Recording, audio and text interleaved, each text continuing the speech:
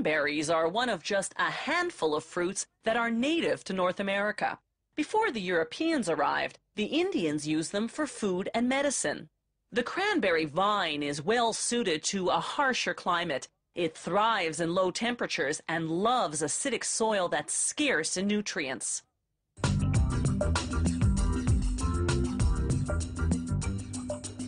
Cranberries are ripe for the picking in late September. At harvest time, farmers flood their fields to make the cranberries float to the surface. Then they use a machine called a beater. It generates underwater turbulence, pulling the berries off the vines.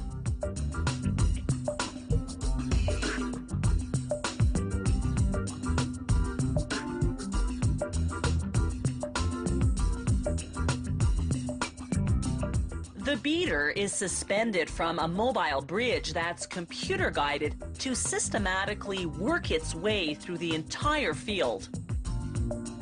The beater cuts a swath about 7 meters wide with each sweep.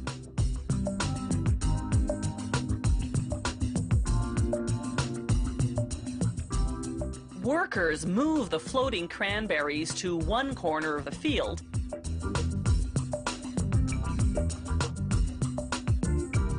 where a pump transfers them to a waiting truck.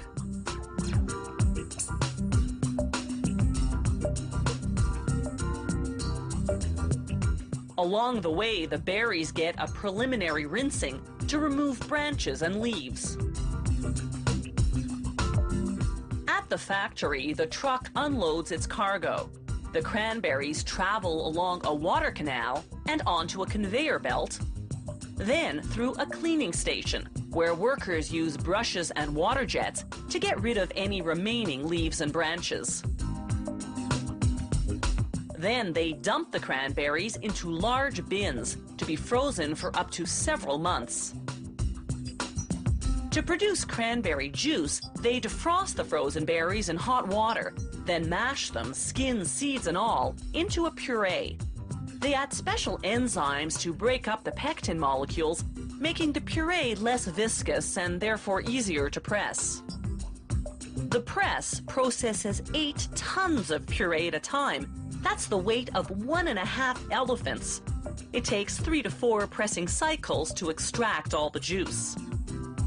The juice then goes through a sophisticated filtration system. The 216 filters remove any plant particles or bacteria larger than 1 micron.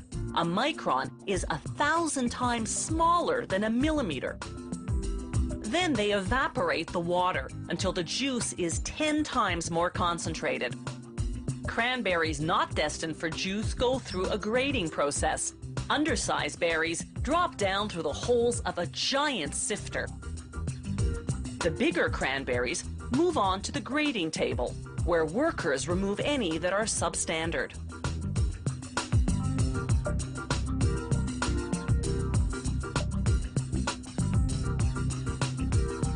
An electronic sorter then scans the remaining cranberries for color, signaling an air gun to blow any reject berries off the production line. The rest move on to the packaging department or continue down the line to be dried.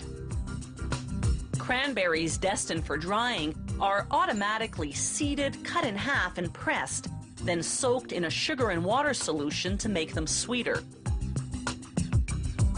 The side-to-side motion of the conveyor belt spreads the berries thinly so that they'll dry evenly.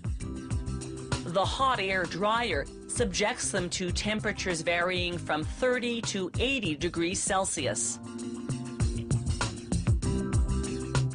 After about 3 hours, the cranberries come out looking like this.